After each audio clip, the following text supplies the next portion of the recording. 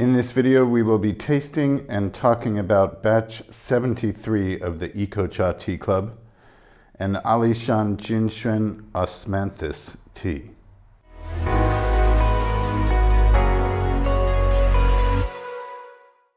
Batch 73 of the ecochateas tea club is an Alishan Jin Xuan Osmanthus tea. Our friend who we source some of our teas from, decided to harvest the bloom of their Osmanthus trees. He got his mom and his aunties to go out and pick them. It's a very labor-intensive job, or it really just takes a long time to pick a whole lot of flowers. But they did it, and we are now reaping the benefits of that, combined with our friend's masterful tea roasting skills mainly. It's been a while since he has had the opportunity to do a flower blend, and we were really excited to hear about it.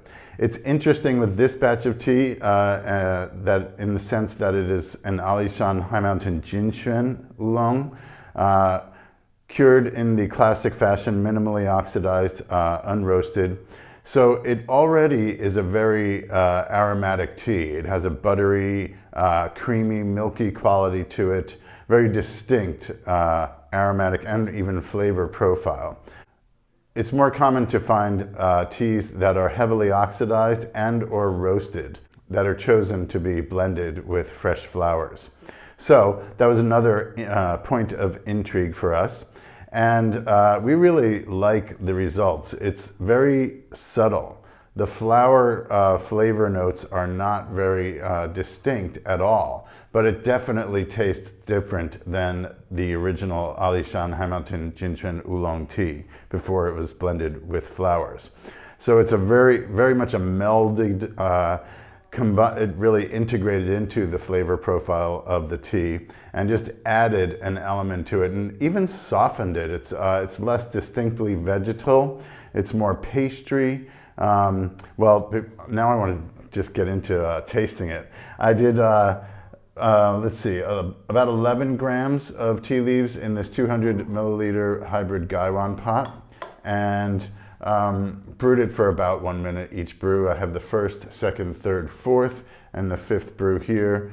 Combination of 1, 2, 4 in this pitcher. Let's give it a sip.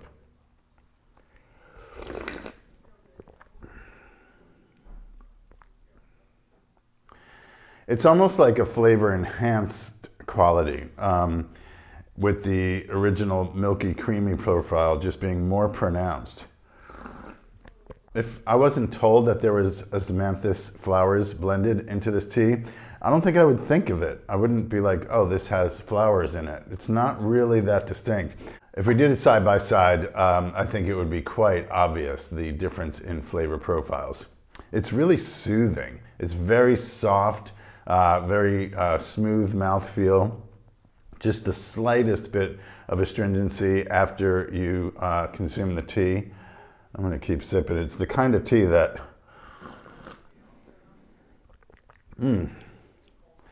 Second brew, more substantial. You know, now that I, obviously know that it was blended with Osmanthus flowers, there is a floral sense to it. But it's not distinctly, most flower blends, it's like, oh, this is this type of flower. This is not that way, and I really appreciate that. I'm not a big flower blend person when it comes to whole leaf teas that are made with skill and finesse to begin with.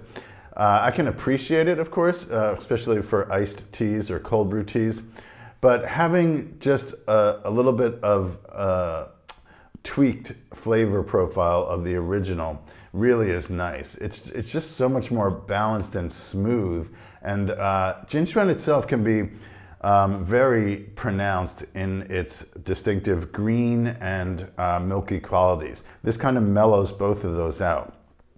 Partially, possibly anyway, due to the fact that after the flowers were blended with the leaves, what he did was about a 1:5 ratio of flowers to leaves. He had a layer of tea leaves, a layer of flowers, and then a layer of tea leaves. And these flowers were fresh. You have to use them, you have to blend them as soon as they're picked.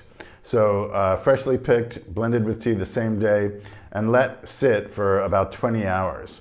And then he used a strainer, a sieve, and shook the dried flower material through the sieve, and then took the leaves, which absorbed the moisture content of the flowers. The flowers wilt very quickly.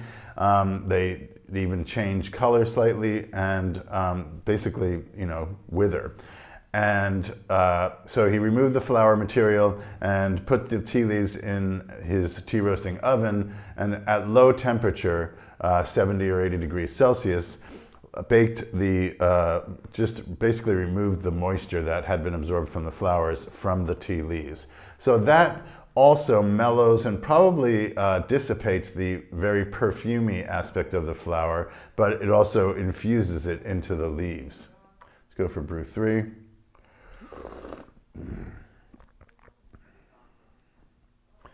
So soothing. It's very dried flower maybe in the nose, which makes sense because that's what the effect of what we're getting now. The flowers did wilt completely, then most of it was removed, and then the leaves were roasted, as I had just said. 4th brew. Holding strong. I don't think I really noticed any difference between 3 and 4 here.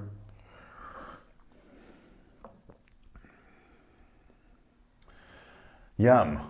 It's like a creamy pastry with maybe some flower essence in there. Yeah, okay. 3 was a little bit stronger than 4. I let 5 brew for a few minutes at least, as I'm accustomed to do, to see what the tea can endure.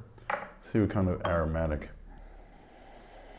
It's almost cooled down now. Biscuit. This will get more. Kind of soft vegetal notes.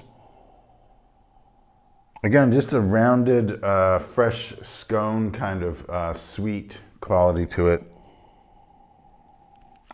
Honey comes to mind. It's not as intense as honey, but a very light, subtle honey note, which, honey has flower qualities in it. Maybe even like bee pollen, that soft pollen kind of esque to it, in a mellow way, not straight up bee pollen, which can be pretty intense. But it kind of reminds me of bee pollen. Okay, let's see what we got for the 5th long brew.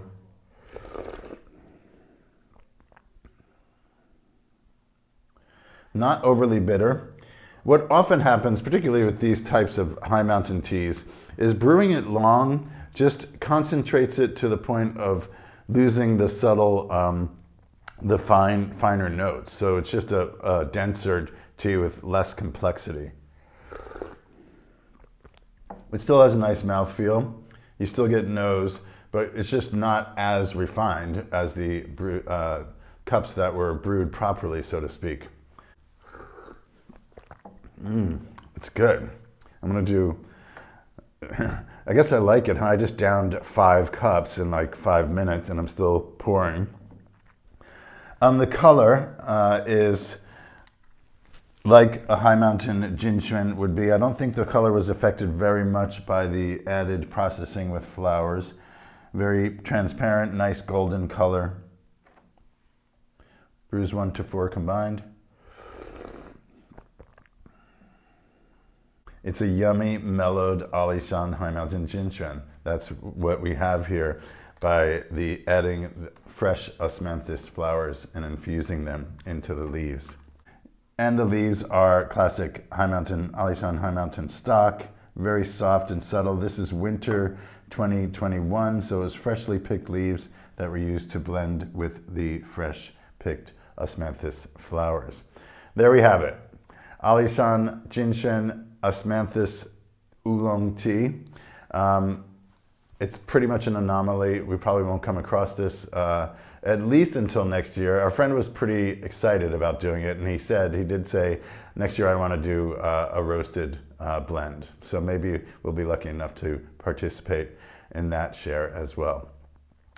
Thanks for being with us. If you haven't already, please subscribe to our channel here. And leave your comments below or in the comment section of our blog posts. Thanks for being with us. We'll see you next month.